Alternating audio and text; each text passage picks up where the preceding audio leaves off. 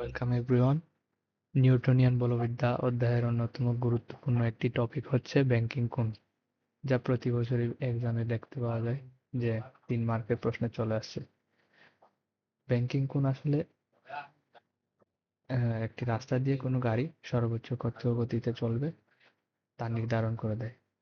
Banking কোণ আর গাড়ির বেগের মধ্যে সম্পর্কটা এরকম যে tan θ = b²/rg। আজকের এই আলোচনায় আমরা এই সম্পর্কটা কিভাবে আসে সেটা দেখব। এক্ষেত্রে কিছু বিষয় মাথায় রাখতে হবে যে আরটা হচ্ছে সেই গাড়িটি যেই তলের মধ্যে দিয়ে অতিক্রম করতেছে, সেই তলটাকে যদি একটি পূর্ণ বৃত্ত হিসাবে চিন্তা করা হয় তাহলে কেন্দ্র থেকে সেই রাস্তার মিডিল পয়েন্টের ব্যাসার্ধ। জি হচ্ছে অভিকর্ষ ত্বরণ, বি হচ্ছে গাড়িটির সর্বোচ্চ বেগ, আর থিটা হচ্ছে সেই রাস্তার ব্যাংকিং অ্যাঙ্গেল। এই ব্যাংকিং অ্যাঙ্গেলটা আসলে এক্স অক্ষের সাথে হবে, এটা উলম্বের সাথে না, এটা হচ্ছে ভূমির সাথে থিটা কোণ। আর আর একটা বিষয় মাথায় রাখতে হবে যে আহ, যেহেতু গাড়িটি একটি তলের মধ্যে দিয়ে চলতেছে, স্বাভাবিকভাবে একটা প্রতিক্রিয়া বল সেই তলের উপর 90 ডিগ্রি কোণে উম, অবস্থান করবে। আর গাড়িটির নিজস্ব এম্বরের জন্য অভিকর্ষ বল নিচের দিকে এমজি হিসাবে ক্রিয়া করবে। আর আরেকটা গুরুত্বপূর্ণ বিষয় এখানে মাথায় রাখতে হবে যে আমরা ধরে নিয়েছি এই তলটি ঘর্ষণহীন। ঘর্ষণযুক্ত অন্যান্য কেসও পাওয়া যায়, সেটি হয়তো অন্য একটি ভিডিওতে আমরা আলোচনা করব। এখন এই সম্পর্কটা কিভাবে আসে তা আমরা বের করার চেষ্টা করব। চলো দেখে নিই। এখন এই পুরো সিস্টেমটাকে যদি আমি একটা জিওমেট্রিক্যাল ভিউতে চিন্তা করি তাইলে সেটা দেখতে এরকম হবে।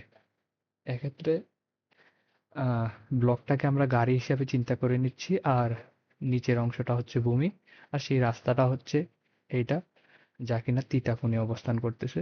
এবং মজার বিষয় হচ্ছে এখানে প্রতিক্রিয়া বলটা যদি এটা হয়, যেটা কিনা তলের সাথে 90 ডিগ্রি কোণে অবস্থান করছে, সেই প্রতিক্রিয়া বল কিন্তু উলম্বের সাথে থিটা কোণে অবস্থান করতেছে।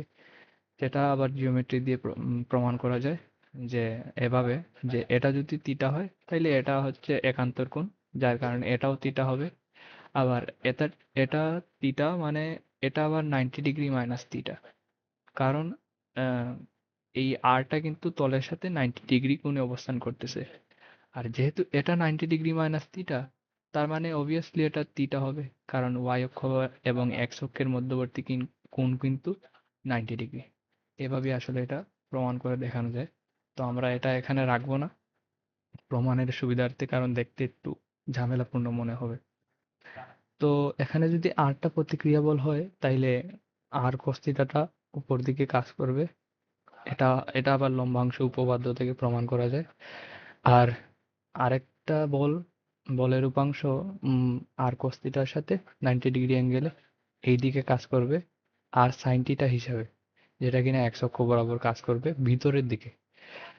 আর যেহেতু গাড়িটির একটি নিজস্ব ভর আছে এম, এই এম ভরের জন্য আবার একটা ওজন কাজ করবে, যা কিনা একদম নিচের দিকে কাজ করবে, ওয়াই অক্ষের ঠিক অপোজিট দিকে। আবার আমরা আগে দেখছি যে এখানে গাড়িটা একটি বৃত্তাকার পথে ঘুরবে। যদি আমরা চিন্তা করে নিই তাইলে যে কোনো বৃত্তাকার পথে ঘূর্ণায়মান বস্তুরই কিন্তু একটা কেন্দ্রমুখী বল কাজ করে, মানে ওইটার কেন্দ্র অভিমুখী এবং কেন্দ্র বিমুখী দুইটা বল কাজ করবে। এক্ষেত্রে আমরা কেন্দ্র বিমুখী বলটা নিব, যেটা কিনা এফসি হবে। এই এফসি কিন্তু কেন্দ্র অভিমুখী বলের সমান হবে।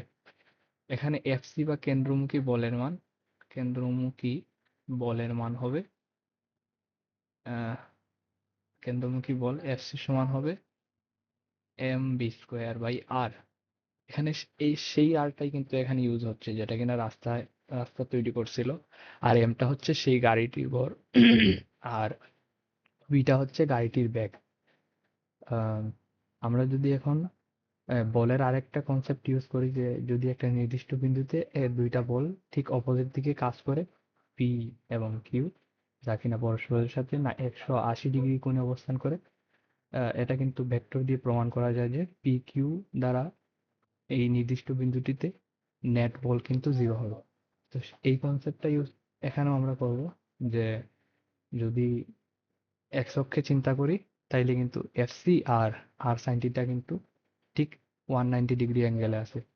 তার মানে আমরা লিখতে পারি যে R sine theta equals to FC. আবার এফসি কে যদি আমরা এই সমীকরণ দিয়ে রিপ্লেস করে দিই তাইলে পাবো যে R sine theta equals to M B square by R. এটাকে আমরা 1 নং সমীকরণ ধরে ফেললাম। আর যদি ওয়াই অক্ষে চিন্তা করি তাইলে আর কস থিটা আছে, আর কস থিটা সমান হবে এম জি, যেহেতু তারা পরস্পরের সাথে 180 ডিগ্রি কোণে আছে। এখন আমাদের উদ্দেশ্য হচ্ছে থিটা বের করা, আর থিটা মানে থিটার সাথে ব্যাগের সম্পর্ক তৈরি করা। তো এক্ষেত্রে যদি আমি 1 নং সমীকরণকে 2 নং সমীকরণ দিয়ে ভাগ করে দিই তাইলে আমরা পাবো যে tan theta equals to M B square by r by m g. এখানে কিন্তু এম এম কাটা চলে যাবে, শুধু থেকে যাবে যে tan theta equals to B square by R G. এটাই আসলে আমাদের সেই কাঙ্ক্ষিত সমীকরণ যার মাধ্যমে থিটা এবং মানে ব্যাংকিং কোণ এবং গাড়িটির সর্বোচ্চ বেগের মধ্যে সম্পর্ক স্থাপন করা যায়। এটা আসলে বেগটা হবে ম্যাক্স, কারণ ম্যাক্স ভ্যালুর জন্য এখানে টেন থিটা পাওয়া যাবে। আহ, কারণ এর চেয়ে কম ভ্যালু হলেও কিন্তু টেন থিটা প্রযোজ্য। বেগ মানে সর্বোচ্চ বেগের চেয়ে কম ভ্যালুতে যে কোনো বেগের জন্য গাড়িটা কিন্তু ওই রাস্তা দিয়ে চলতে পারবে। তো স্বাভাবিকভাবে আমরা এই বেগটাকে ম্যাক্স ধরে নিই। যদি এখন বেগটা বের করতে চাই তাইলে আমরা ক্রস মাল্টিপ্লিকেশন করে যদি অপর পক্ষে নিয়ে যাই আর আর জি কে, তাইলে আমরা পাবো r g equals to tan theta, আবার b equals to root over r g tan theta. তো থ্যাংক ইউ এভরিওয়ান, এটাই ছিল আমাদের আজকের টপিকের আলোচনা। ধন্যবাদ।